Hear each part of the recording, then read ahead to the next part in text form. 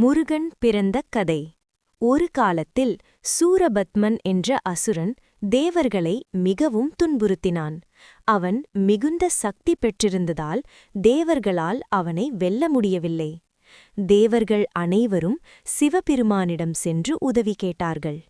அப்போது சிவபெருமான் தன் நெற்றிக் கண்களில் இருந்து 6 தீப்பொறிகளை அக்னி வடிவ சக்தியை வெளியிட்டார். அந்த தீப்பொறிகள் உலகத்தை எரித்துவிடும் அளவுக்கு சக்தி வாய்ந்தவை. அதை தாங்க முடியாமல் அக்னிதேவன் அதை கங்கா நதியிடம் ஒப்படைத்தார். கங்காதேவி அந்த 6 தீப்பொறிகளை சரவண பொய்கையில் விட்டாள். அந்த சரவண பொய்கையில் அந்த 6 தீப்பொறிகள் 6 குழந்தைகளாக மாறின. அப்போது 6 கார்த்திகை பெண்கள் அந்த குழந்தைகளை வளர்த்தனர்.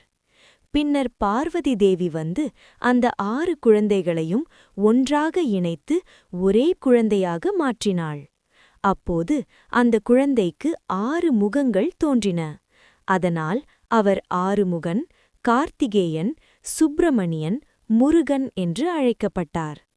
பின்னர் முருகன் வேலாயுதத்தை வேலை பெற்றார். சூரபத்மனை போரில் தோற்கடிக்கு தேவர்களை காப்பாற்றினார். அதனால் அவர் தேவர்களின் தளபதியாக தேவசேனாபதியாக ஆனார். இதுவே முருகன் பிறந்த கதை.